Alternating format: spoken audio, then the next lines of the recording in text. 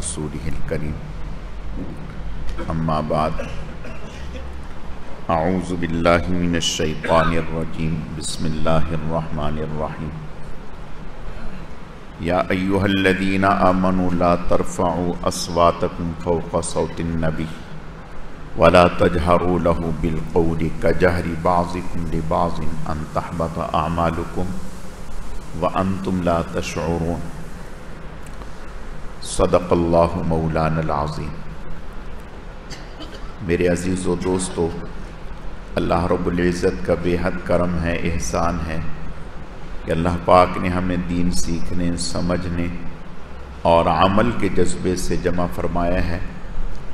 اللہ تعالی ہم سب کے آنے کو، جمع ہونے کو، مل بیٹھنے کو اپنی بارگاہ میں اعلیٰ درجے میں قبول فرمائے۔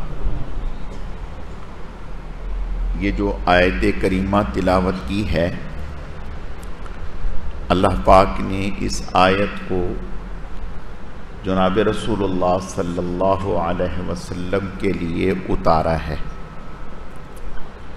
اس آیت میں ایمان والوں کو یہ ہدایت کی گئی تھی کہ آپ صلی اللہ علیہ وسلم کی موجودگی میں جب آپ تشریف فرما ہوں، جس مجلس میں آپ موجود ہوں، اس مجلس میں کوئی بھی اونچی آواز سے بات نہ کرے۔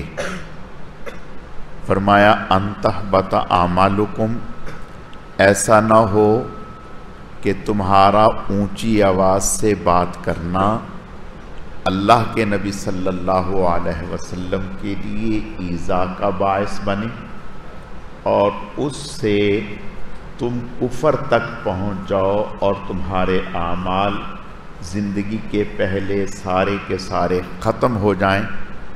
وَأَنْتُمْ لَا تَشْعُرُونَ، اور تمہیں پتہ بھی نہ چلے کہ ہمارے ساتھ کیا ہو گیا۔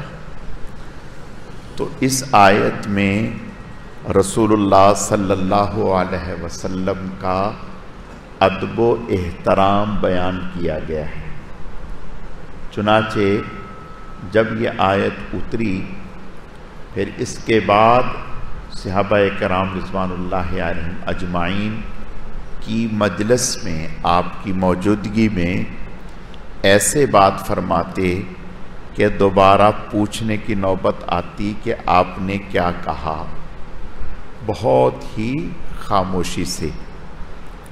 اور آج بھی ہم دیکھتے ہیں کہ حضور صلی اللہ علیہ وسلم کے روضہ اطہر کے پاس دائیں بائیں، آگے پیچھے کبھی آپ کسی کو اونچی آواز سے بات کرتے ہوئے نہیں دیکھا، بلکہ ایستا آواز سے اب بھی بات کرتے ہیں، اس لیے کہ ہم اہل سنت والجماعت کا یہ عقیدہ ہے کہ آپ صلی اللہ علیہ وسلم اپنی قبر مبارک میں حیات ہیں۔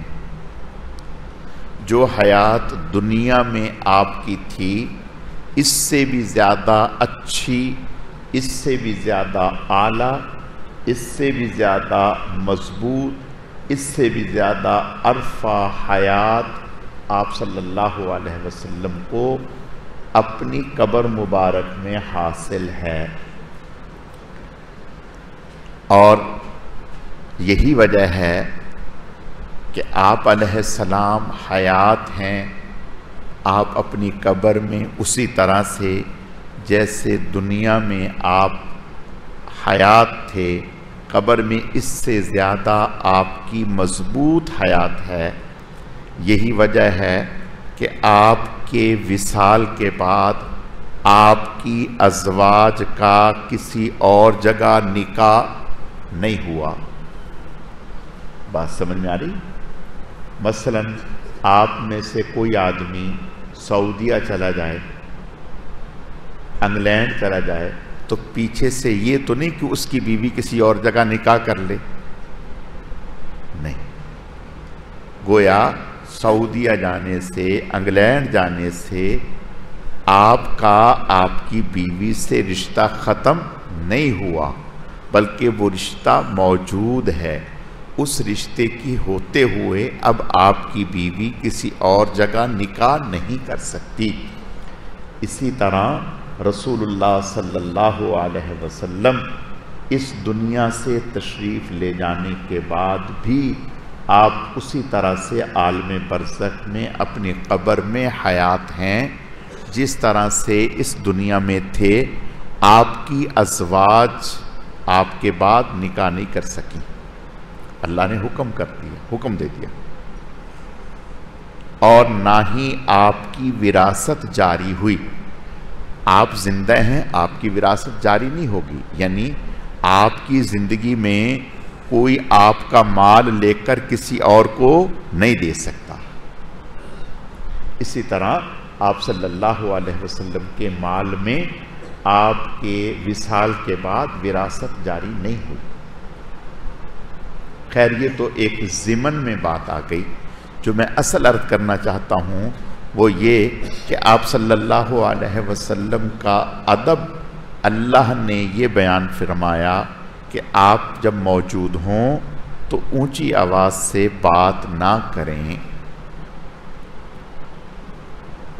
علماء نے لکھا ہے کہ کفر کے علاوہ اور کوئی نیکی ایسی نہیں جس سے کوئی گناہ ایسا نہیں جس سے انسان کے اعمال ضائع ہوں. اعمال تو صرف کفر سے ضائع ہوتے ہیں. اور اللہ فرما رہے ہیں کہ حضور کی موجودگی میں اونچی آواز سے بات نہ کریں، تمہارے اعمال ضائع ہو جائیں گے. تو اس کا مطلب یہ ہوا کہ حضور کی موجودگی میں اونچی آواز سے بات کرنا کیا کفر تھا؟ تو علماء نے لکھا اس کے اوپر کہ حضور صلی اللہ علیہ وسلم کی ایذا، آپ کو تکلیف پہنچانا، یہ کفر ہے، یہ صحیح نہیں، یہ غلط ہے. تو اب ہم حضور کی موجودگی میں اونچی آواز سے بات کریں گے تو ہمیں کیسے پتہ چلے گا کہ کون سی بات سے حضور کو تکلیف پہنچی اور کون سے انداز سے حضور کو تکلیف نہیں پہنچی؟ تو لہٰذا ہمیں کفر سے بچانے کے لیے یہ حکم ہی لگا دیا کہ اونچی آواز سے بولنا ہی نہیں، اس لیے کہ ہم تو فرق نہیں کر سکتے. جب ہم فرق نہیں کر سکتے تو پھر حکم ہمارے لیے یہ ہے کہ اونچی آواز سے بولنا ہی. ایک صحابی تھے حضرت ثابت بن قیس بن شماس رضی اللہ تعالیٰ عنہ. یہ خطیب انصار کے خطیب تھے. حضور کے زمانے میں، اس زمانے میں مختلف قبائل میں جو ہے لوگ ہوتے، کوئی شاعر ہوتا، کوئی خطیب ہوتا. تو اس وقت ایک طریقہ تھا کہ لوگ وفد کے صورت میں آتے تو آ کر کے اپنا تعارف کرواتے. حضور صلی اللہ علیہ وسلم کے پاس ایک وفد آیا تو اس وفد نے اپنا تعارف کروایا بڑے فخریہ انداز میں، بڑی فصاحت و بلاغت کے ساتھ. ان کا خطیب تھا، یعنی ان میں ایک شخص نمائندہ تھا جو بات کرنا جانتا تھا. اس نے ایسی فصاحت و بلاغت سے اپنی قوم کا تعارف کروایا کہ سارے صحابہ کرام بڑے حیران ہوئے اور بڑے متاثر ہوئے اس کی فصاحت و بلاغت سن کر. تو آپ صلی اللہ علیہ وسلم نے انہیں فرمایا، حضرت ثابت بن قیس بن شماس رضی اللہ تعالیٰ عنہ کو فرمایا، قم فاجب، کھڑے ہو جائیں اور جواب دیں، یعنی آپ بھی ان کے مقابلے میں اسلام اور اہل اسلام کا تعارف کروائیں. تو جب حضرت ثابت بن قیس بن شماس رضی اللہ تعالیٰ عنہ کھڑے ہوئے اور انہوں نے کھڑے ہو کر اسلام کا تعارف کروایا، اسلام کے محاسن، خوبیاں، کمالات، رسول اللہ صلی اللہ علیہ وسلم کی کمالات بیان کیے، اور اس انداز سے بیان کیے کہ گویا سر پر پرندے بیٹھ گئے. لوگ ان کی فصاحت و بلاغت کے سامنے سرنگوں ہو گئے. تو صحابہ کرام کو بڑا فخر ہوتا تھا ان کے اوپر. یہ خطیب کہلاتے. حضور علیہ السلام جب کوئی اس طرح کا تو ان کو کھڑا کیا جاتا, آپ کھڑے ہوں گے, آپ بیان کریں. یہ اللہ تعالیٰ کی ایک نعمت ہے. تو جب یہ آیت اتری تو یہ حضرت ثابت بن قیس بن شماس رضی اللہ تعالیٰ گھر میں بیٹھ گئے اور رونے لگے. تو آپ صلی اللہ علیہ وسلم کو ایک دو دفعہ مجلس میں نظر نہ آئے, نہیں تو اکثر مجلس میں ہوتے تھے, مجلس میں نظر نہ آئے. آپ نے فرمایا بھی کیا بات ہے, ثابت بن قیس بن شماس رضی اللہ تعالیٰ وہ نظر نہیں آ رہے. تو صحابہ نے فرمایا یا رسول اللہ, جب سے یہ آیت اتری ہے یا ایھا الذین آمنوا لا ترفعوا اصواتکم فوق صوت النبی, اس وقت سے وہ اتنے ڈر گئے کہ وہ گھر میں بیٹھے رو رہے ہیں کہ میں تو جہنمی ہوں. یعنی میں تو حضور کے سامنے جو آدمی خطبہ بیان کرے گا, جو بیان کرے گا, تو ظاہر ہے اس کی آواز تو اونچی ہو ہی جائے گی, تو میں تو اہل جہنم میں سے ہوں. آپ نے فرمایا نانا, وہ تو اہل جنت میں سے ہے. فرمایا وہ تو جنتی ہے. اور دوسری جگہ آپ نے ارشاد فرمایا نعم الرجل ابو بکر, نعم الرجل عمر, نعم الرجل اسید بن حضیر, نعم الرجل ثابت بن قیس بن شماس. فرمایا بہترین آدمی ابو بکر ہے, بہترین آدمی عمر ہے, بہترین آدمی اسید بن حضیر ہے. فرمایا بہترین آدمی ثابت بن قیس بن شماس ہے. پھر جا کر کے یہ مطمئن ہو. تو خیر میں عرض یہ کر رہا تھا کہ حضور صلی اللہ علیہ وسلم کا ادب و احترام اللہ نے اس آیت میں بیان کیا. ایک بات یاد رکھیں, جب دل میں محبت اور عظمت ہوتی ہے پھر اللہ ادب عطا کر دیتے. یہ آپ آزمائیں, جہاں محبت ہوگی وہاں ادب بھی آ جائے گا, جہاں محبت نہیں ہوگی وہاں ادب نہیں آئے گا. یہ تجربے کی بات. صحابہ کرام رضوان اللہ علیہم اجمعین میں حضور علیہ السلام کی محبت نہیں, عشق تھا, حضور کا عشق تھا. ایسی محبت کہ صحابی گھر میں ہیں تو بے چین ہو گئے کہ پتہ نہیں میرا انتقال ہو جائے تو میں مرنے کے بعد حضور کو دیکھ سکوں یا نہ دیکھ سکوں. تو جلدی سے اٹھے اور آئے حضور کی مجلس میں, ٹکٹکی باندھ کے حضور کو دیکھ رہے ہیں. جیسے ایک آدمی غیر محسوس طریقے سے دیکھ رہا ہو تو آدمی کہتا ہے خیر ہے بھائی, آج تو آپ بڑے غور سے دیکھ رہے ہیں. تو انہیں دیکھا تو آپ نے فرمایا بھائی, کہا یا رسول اللہ میں گھر میں تھا تو میرے دل میں خیال آیا کہ اگر میرا انتقال ہو گیا نہ جانے میں کہاں ہوں گا, آپ کہاں ہوں گے, پتہ نہیں پھر میں آپ کو دیکھ سکوں یا نہ دیکھ سکوں. تو میں نے کہا ابھی جی بھر کے دیکھ لوں, ابھی جی بھر کے دیکھ. آپ نے ارشاد فرمایا کہ گھبرائیں نہیں, دنیا میں جس سے محبت کرتے ہوں گے اللہ قیامت کے دن انہی کے ساتھ کھڑا کریں گے, انہی کے ساتھ کھڑا. تو صحابہ کرام رضوان اللہ علیہم اجمعین حضور سے عشق تھا. اب عشق تھا تو ادب بھی تھا. مثلا حضور علیہ السلام وضو کر رہے ہیں, حضور علیہ السلام وضو کر رہے ہیں, صحابہ کرام وضو کا پانی نیچے نہیں کرنے دے رہے, وضو کا پانی نیچے نہیں گرنے دے رہے بلکہ اپنے ہاتھوں پہ لے رہے ہیں اور منہ پہ مل رہے ہیں, اپنے جسم پہ مل رہے ہیں. یہ محض محبت میں نہیں ہوتا بلکہ محبت میں, عشق میں فنا ہو جائے تو پھر یہ مقام حاصل ہوتا ہے.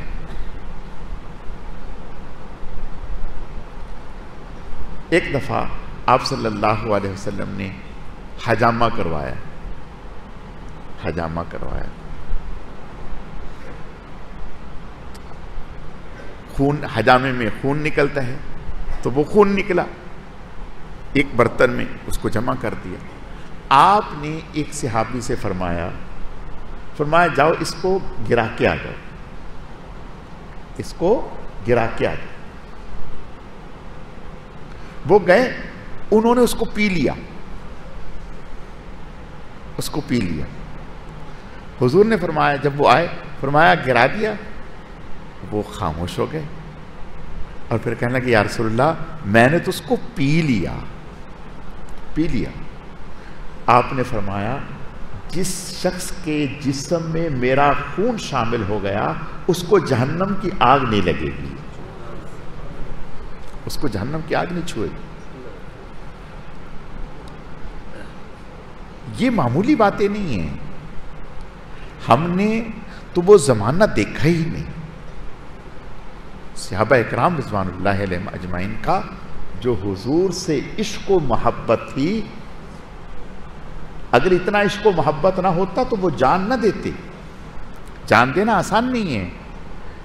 تھوڑی دیر کے لیے سوچیں، ایک طرف آپ ہیں، ایک طرف باپ ہے، بھلے وہ کافر ہے، آپ مسلمان ہیں۔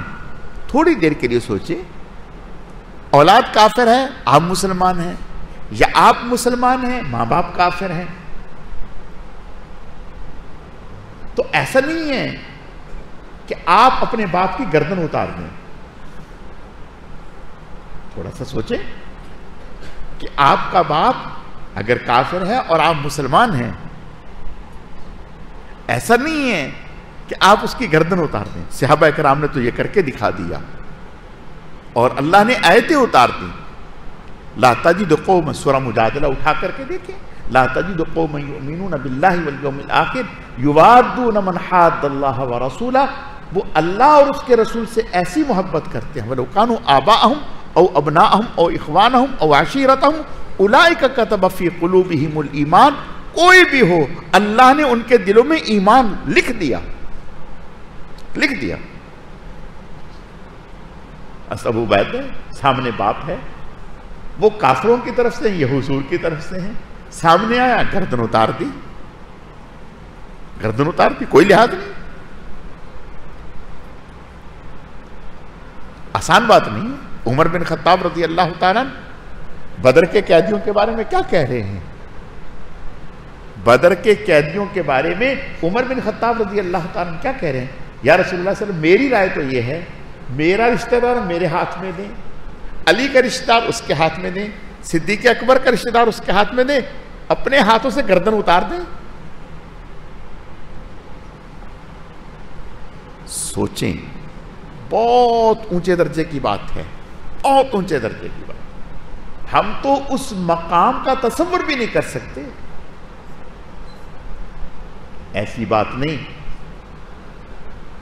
پیران پیر شیخ عبد القادر جیلانی محبوب سبحانی رحمت اللہ علیہ، وہ کیا کہتے ہیں؟ وہ فرماتے ہیں اگر سواری پر کوئی صحابی بیٹھ کر گزر جائے،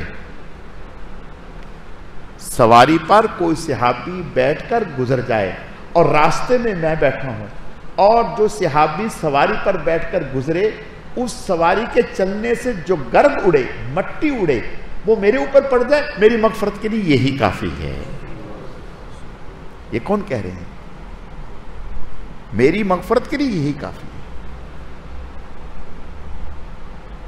تو میں جو عرض کرنا چاہتا ہوں وہ یہ کہ محبت نہیں، عشق۔ صحابہ اکرام رضوان اللہ علیہم اجمعین کو حضور پر عشق تھا۔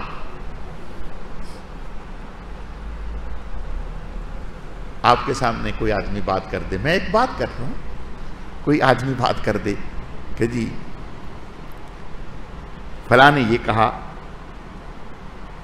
اس نے یہ کہا، آپ کہیں گے تحقیق تو ہونی چاہیے، پتہ نہیں ہو سکتا ہے کہہ دیا، تحقیق تو ہونی چاہیے۔ میں نے کون سا اپنے کان سے سنا؟ صحابی کو دیکھیں، حضور علیہ السلام کا کافر سے، حضور کا کافر سے سودا ہوا، اس سے گھوڑا خریدا اور اس سے سودا ہو گیا، فرمایا میرے ساتھ چلو، میں تمہیں پیسے دیتا ہوں گھر سے۔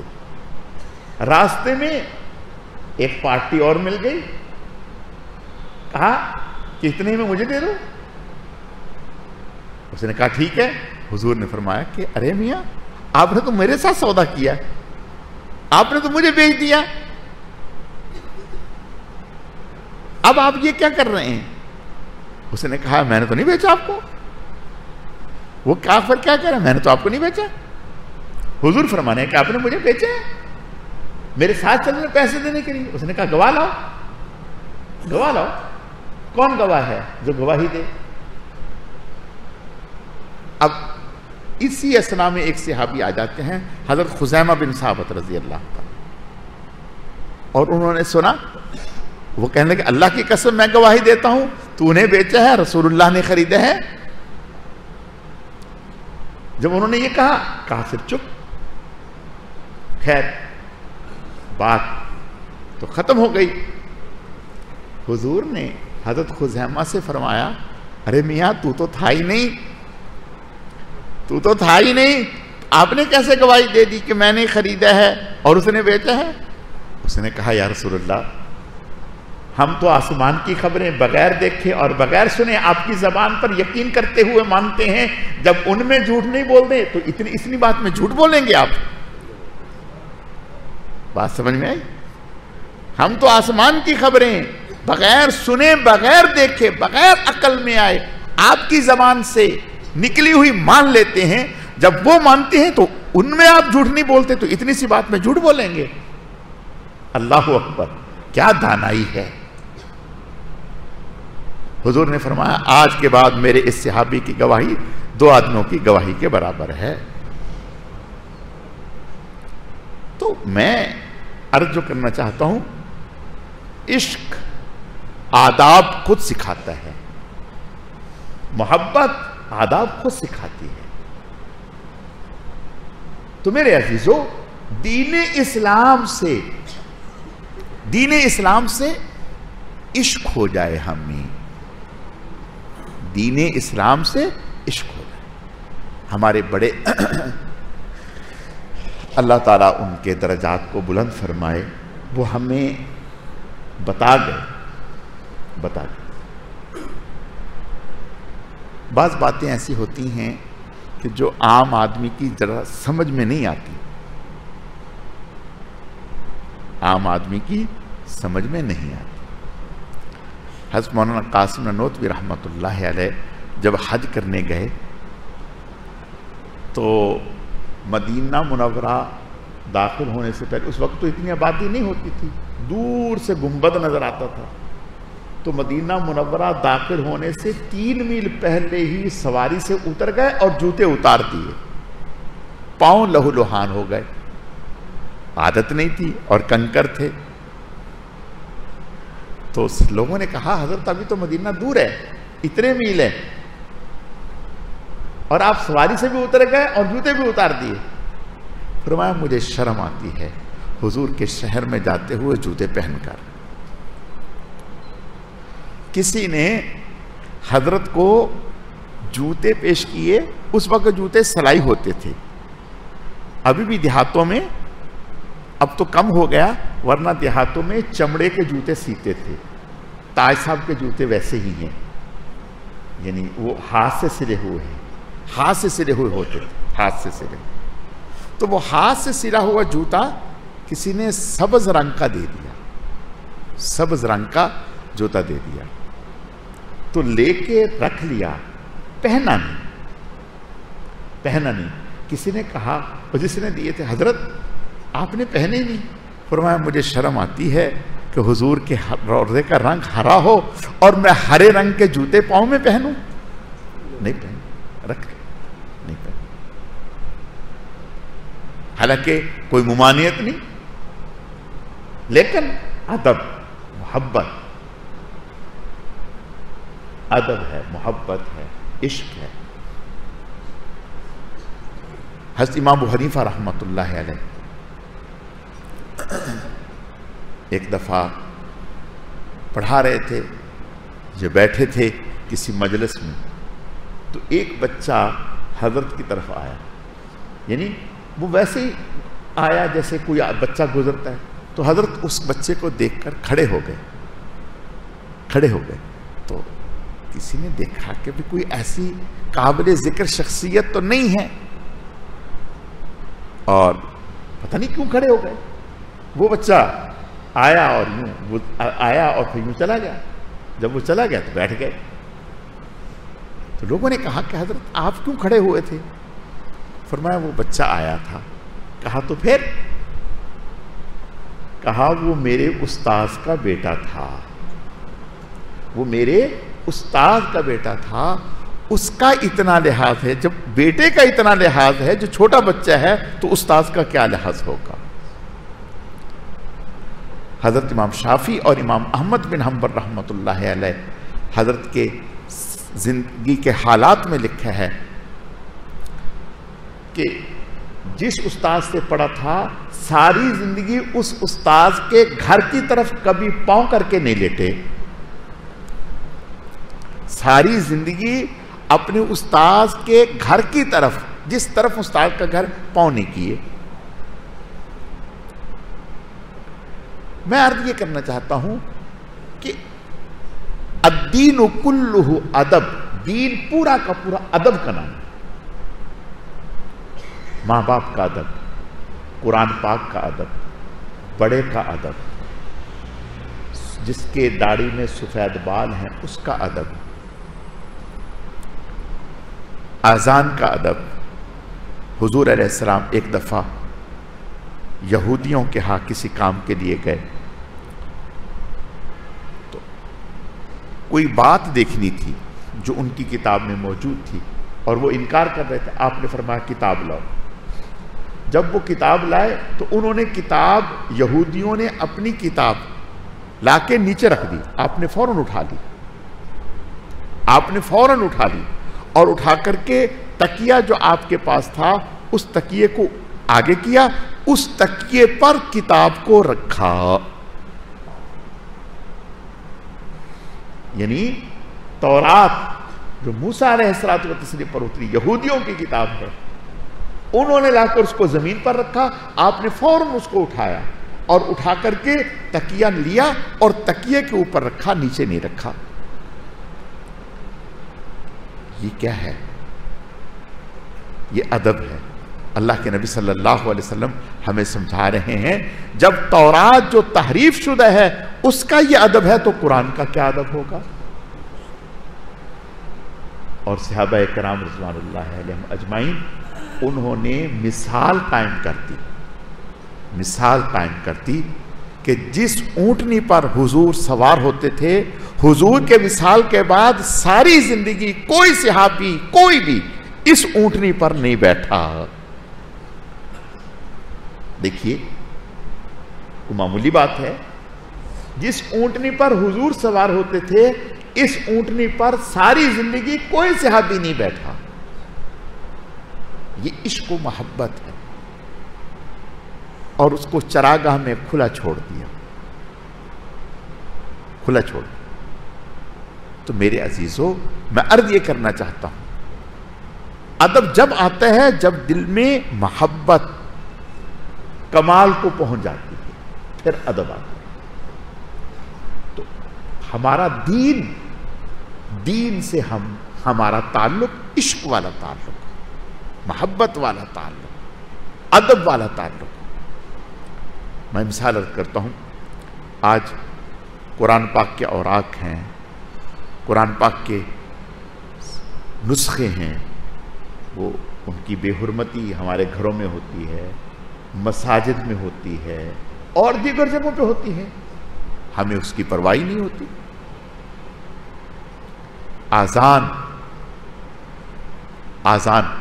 اذان ہو رہی ہے, حکم یہ ہے کہ اگر آپ تلاوت بھی کر رہے ہیں تو روک دیں.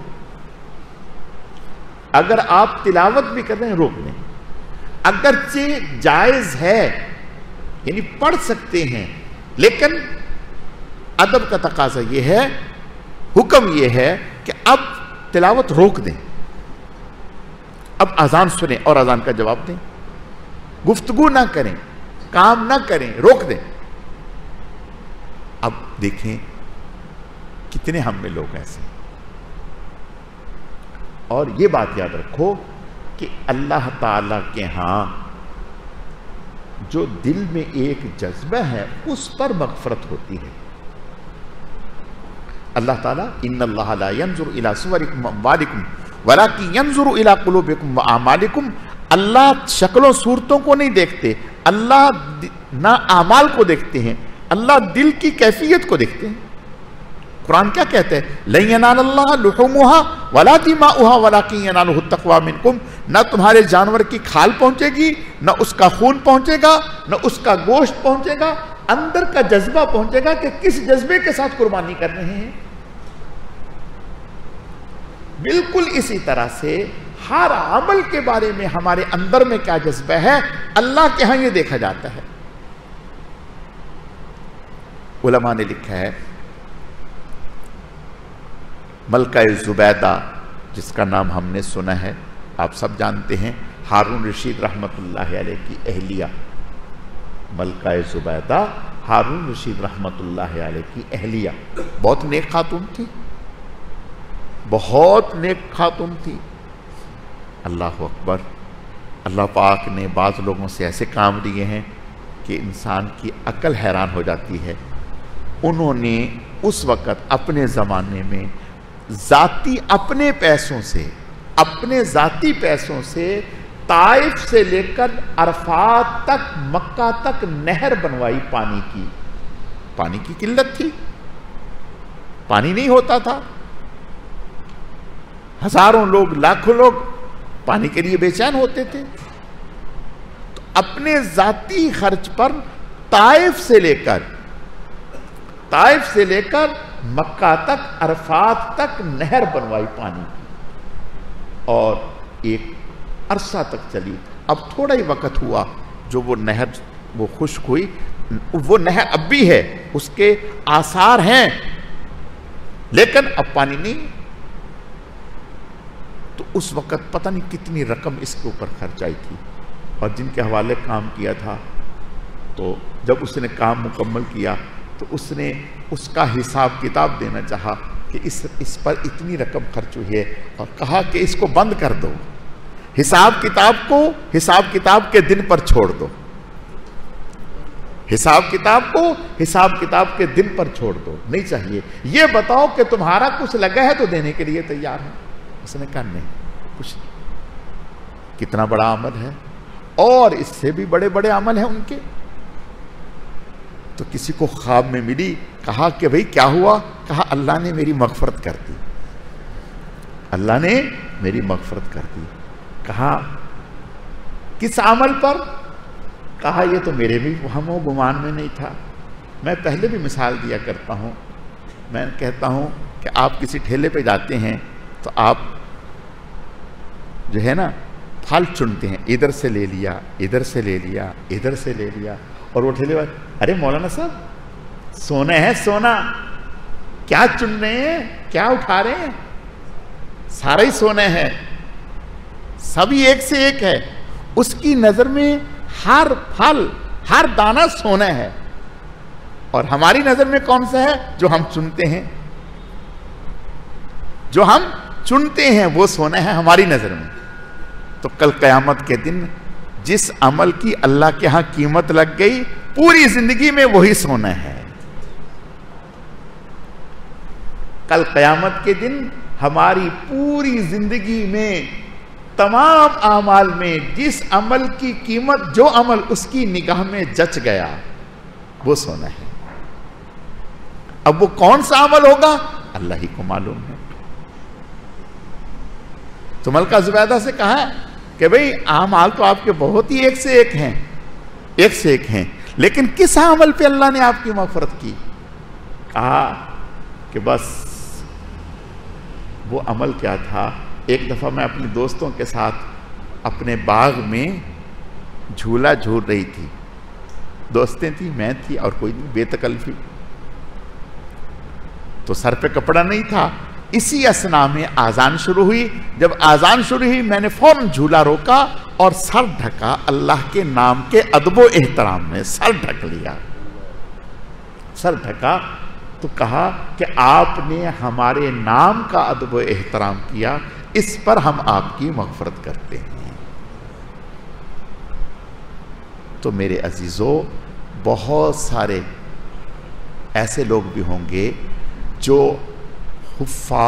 حافظ کی